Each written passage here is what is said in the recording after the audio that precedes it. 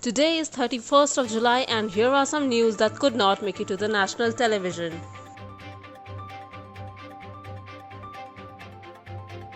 The Enforcement Directorate on Friday filed a money laundering case on the basis of a Bihar police FIR in which Sushant Singh Rajput's father has accused actress Rhea Chakraborty and her family of abetting the Bollywood actor's suicide.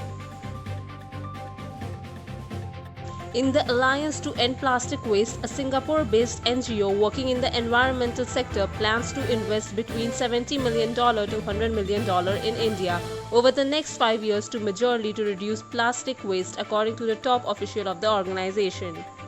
Finance Minister Nirmala Sitharaman on Friday said banks cannot refuse credit to MSMEs under the Emergency Credit Facility and any refusal should be reported. At least 21 people have died after allegedly consuming spurious liquid in 3 districts of Majha region of Punjab in the last 48 hours. A patrol party of Assam Rifles was ambushed by suspected militants by triggering an IED explosion followed by firing at Khongtel area under Chakpikarong police station around 6:30 p.m. on Wednesday.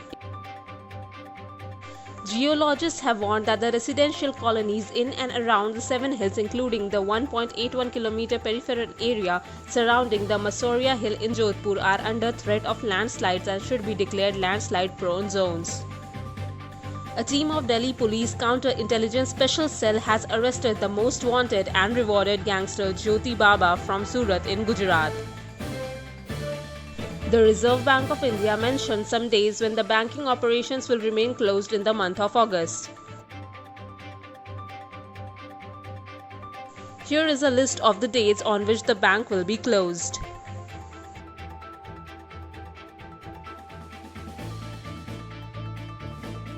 The Disciple and A Suitable Boy will be screened at the 45th edition of the Toronto International Film Festival, which is being held from 10 to 19 September. Hong Kong postponing the elections by a year comes as a huge blow to Hong Kong's democracy supporters as China welcomed the move as necessary, reasonable and legal. Cross-border tensions between Afghanistan and Pakistan have been on the rise ahead of the Eid al-Adha festival.